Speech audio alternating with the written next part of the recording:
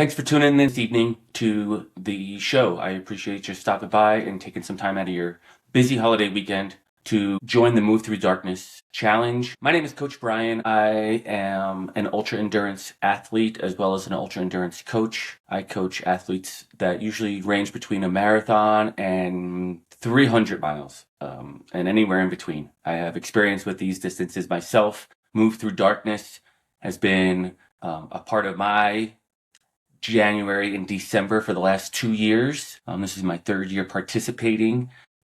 Jumped on a couple years ago and found it really beneficial just to be able to share some miles, even if they are virtually, share some miles with other like-minded athletes. I also enjoyed the webinars and the talks and the information that was given out on the free Tuesday night series. So thanks for putting that together, Mandy. We appreciate you. My name is Coach Brian, and I am an ultra running coach as well as an ultra running athlete. I've been in this space for quite some time with a decent bit of miles in my city. I want to share a little bit about what I do, but really I want to share about how I got here first.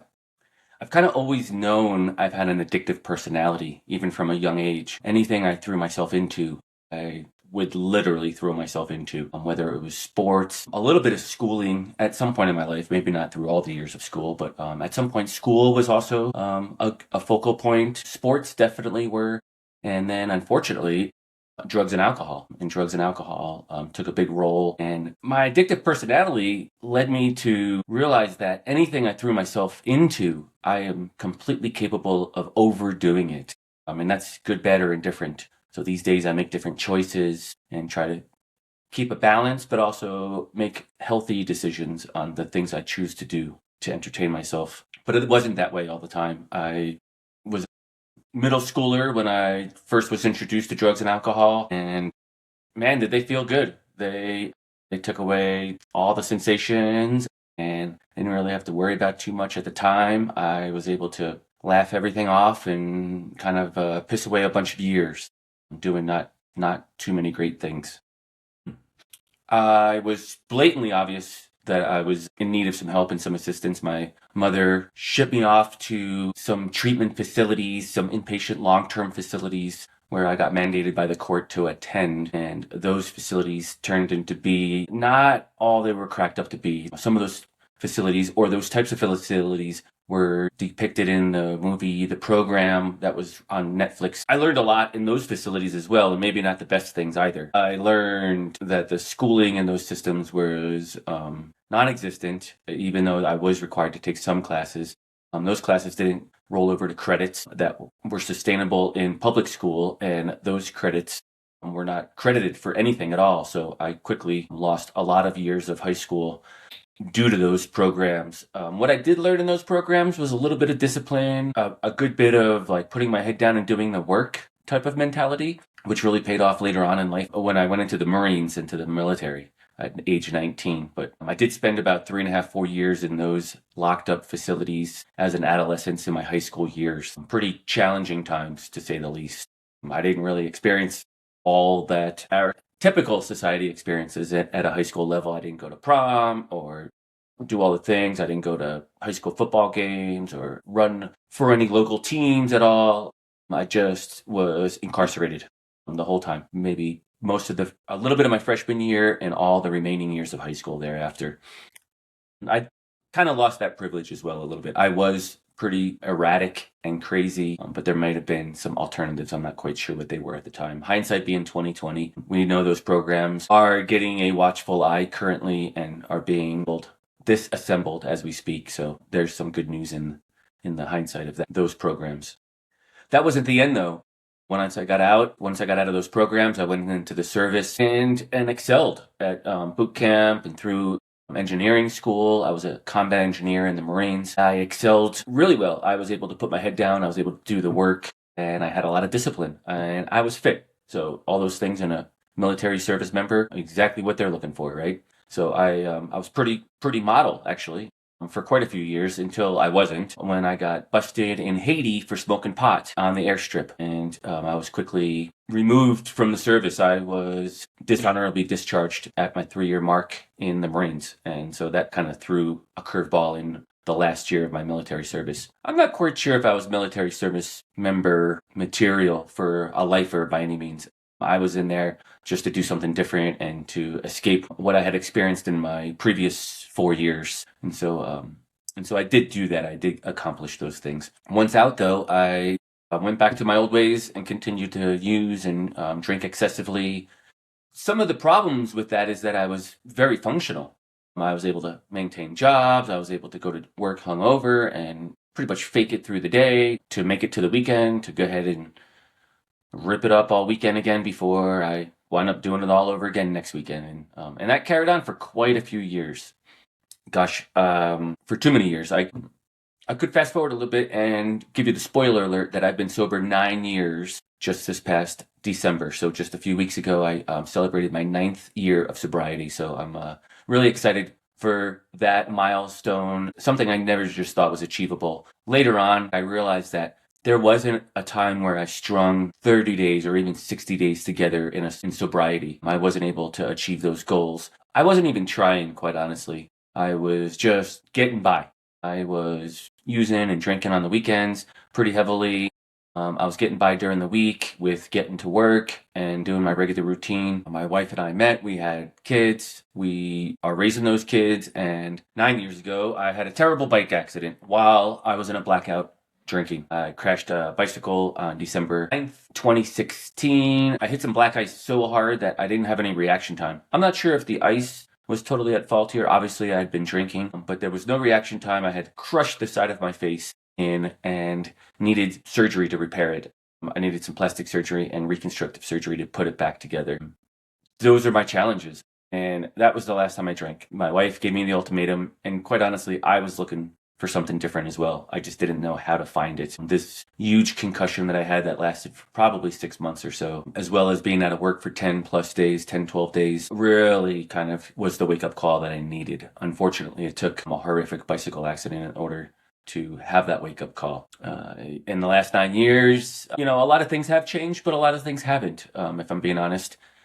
I did think my first year of sobriety that I was going to get sober, I was going to fix myself, and then I would just move on with life. But I was using and drinking and abusing alcohol for 20, 30 years before I decided to get sober. And getting sober and fixing the issues wasn't going to happen in just 1 year, right? So even in the last 9 years, I still have challenges, I still have struggles, but my toolbox for the way I deal with those challenges and struggles has really kind of opened up a lot more possibilities without the use of alcohol. I'm really able to wake up clear-headed and make sound decisions. I'm making rational decisions with my kids and my family for things that matter in my life, as opposed to flying by the seat of my pants, because all I was really doing was just getting by in the past. So I'm fortunate my kids are still pretty young. My daughters do not remember the abuse that I was putting myself through, which is fortunate for them and myself. I feel grateful that they don't remember that part of their life with Dad. And now I'm able to share in all their sporting moments and recital moments and just kind of be there for them when they need me. It's a real pleasure to be a dad to the kids that I have, so I appreciate that. All through those times, I had running as an outlet. It's something that I found even younger than addiction. I started running when I was about 10 years old and quickly realized I was a distance runner, and everyone around me as well noticed that. I ran the mile, the 2 mile on the track. I ran cross country, and I never looked back at anything shorter than that. I feel grateful that I found that at such a young age and had that resource and that outlet, and always have been able to run. It's helped me in my darkest moments to see the light, to get a little bit of a clear perspective in some really dark times in my life. I am grateful for the fact that I knew that, at a minimum, I knew that at the darkest moments in my life, I could always strap on a pair of shoes and go for a run and clear my head just a little bit to get by. I believe that that is one of the keys on how I came to be where I am today. Sobriety is not an easy journey, and I should also mention that training is not therapy by any means. I needed some real help. I needed to change a lot of behaviors, and running is an outlet that helps me cope with the moment, but I still need to deal with the issues. So that's been a bit of the change as well. I shared a little bit about how movement has really helped me in my life. And I'm hoping that it's something that you fall back on too, and you're able to use as a little bit of a tool. I think if you're getting back to running, getting back to sport, just dabbling in it a little bit, maybe not even getting back, but just starting a little bit of a routine, especially in the new year as it is the end of December and we're going into 2026. We see a lot of people make these strong goals for a strong January, and we're going to go to the gym every day. And I don't think it has to be that challenging, quite honestly. I think movement can be pretty simple and easy. If you were just getting back into running or just starting a program, I think 30 minutes every other day for 5, 6, 10 days would be a great idea, just to get moving and get the body used to movement before you make the next steps. Then you just step it up 10 minutes, you go up to 40 minutes every other day. You do that again for 6 to 8 days before you try to stack 2-a-days. So then I would say you go to 30 minutes and a 40-minute run and then have a rest day. So you're doing 2 on, 1 off, 2 on, 1 off. You do that a few more times before you're able to go to 3 on, 1 off, 3 on, 1 off. And then you could start to build yourself a strong routine. It's for that typical 9 to 5 person that works a 9 to 5 job, Monday through Friday. They have the weekends off. Some of the easiest structures are to have Monday and Friday as rest days. You do about an hour's worth of training on Tuesday, Wednesday, Thursday. On the weekends, you start to build up to a little bit longer, maybe 90 minutes on Saturday and 60 minutes on Sunday of exercise, whether that's swimming, hiking, running, anything you really enjoy. Maybe you could take that 90-minute run and turn it into a 2.5 hour hike. So less intense, but more duration. So those are some things to consider for movement. Some of my suggestions for just getting back to exercising and getting back into sport and getting back into movement. And even in those 30-minute, 40-minute runs that you're doing, it doesn't have to be a continuous run. It doesn't have to be all-out effort. I even suggest if that you were just getting started, you could do a run-walk strategy, and maybe that's a 1-minute run with a 1-minute walk, alternating back and forth until you're able to go to 2 minutes of running and 1 minute of walking. You could use 30-second increments to jump up, so you could go 60 seconds on. Once that feels comfortable, you could go to 90 seconds on, and then 2 minutes on with 1 minute recovery. I think the ultimate goal would be is to get to about 1 mile with a 2-minute walk recovery before you're able to really run about 30 minutes standalone without any breaks in the middle of it. Gear is a consideration for sure. The gear that we put on our feet, make sure that the footing is appropriate. The shoes are appropriate for the footing that you're using, whether that's road running or trail running. This time of year, it could be icy depending on where you're located in the world. So just consider those options. But some new shoes, some nice fresh socks, layers if you're in a colder climate are the best option for those cold runs. And enjoy the process. Just enjoy the process. Don't make it a chore. Just create the good habit and enjoy the time that you are spending by yourself. Download some books, download some podcasts, make some playlists.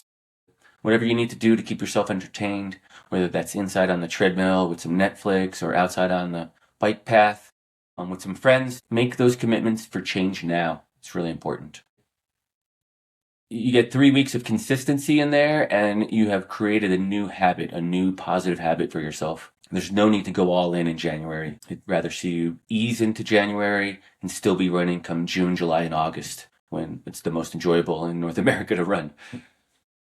Be sure to do a proper warm-up with some easy light movement, 5-10 minutes, light calisthenics, some active stretching would be a great idea. And some cooling down, just some easy walking after your run, really easy walking, light walking. Maybe if you had a stationary bicycle, you could do that as well. Just something along those lines. I'd incorporate 1 or 2 days a week of light strength training. It could be just body weight exercises. You want to incorporate 1 push exercise, like a push-up, 1 pull exercise, which could be a pull-up or a dip bar or something along those lines, and core exercises. Core exercises to strengthen the girdle area and the hip mobility area that we're using while we're trying to run and exercise. Have fun with it. Try to figure out what the best time of day is for you, where you feel the best, and where it fits best within your lifestyle. Are you a morning person? Can you get up early and get that workout in at 5 a.m.? Or do you hit snooze enough times? Know those things about yourself and that you have to get out after work. because that's the best time of day for you to get it done. Kind of know those things about what your schedule looks like, what your availability is, and schedule it in there. Make it part of your routine. The more you do that, the more successful you'll be.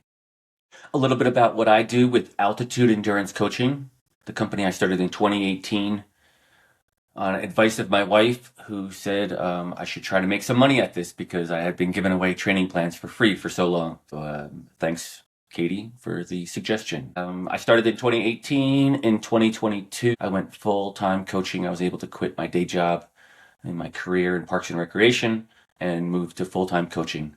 I coach athletes online using an app called Training Peaks, and we share a calendar where athletes share their availability, life stresses, what's going on in their lives, whether it's a work trip or family vacation. Obviously, we just had a busy season with holidays, so lots of juggling schedules and travel and a little bit of stress on the body, extra stress, additional stress with shopping and traveling and all the things, right? We totally get it. Even food and nutrition and the way we consume food during the holidays. Totally understandable. I use the app Training Peaks to program structured training for athletes, specifically designed for each individual, because you are individuals. What works for one may not work for the other. Life just doesn't work that way. We all show stress in different ways, and the app allows me to use the training metrics and the data coming in to see how stressed you are, whether that is due to life or due to training. But the app allows me to see just how well you're responding to training, and I'm able to adjust on the fly. So I'm making custom plans for athletes that are running about a marathon or more. I do have some triathletes, I do have some mountaineers, and I got some other athletes that are just looking to stay in shape and be healthy and stay fit and firm in their 50s.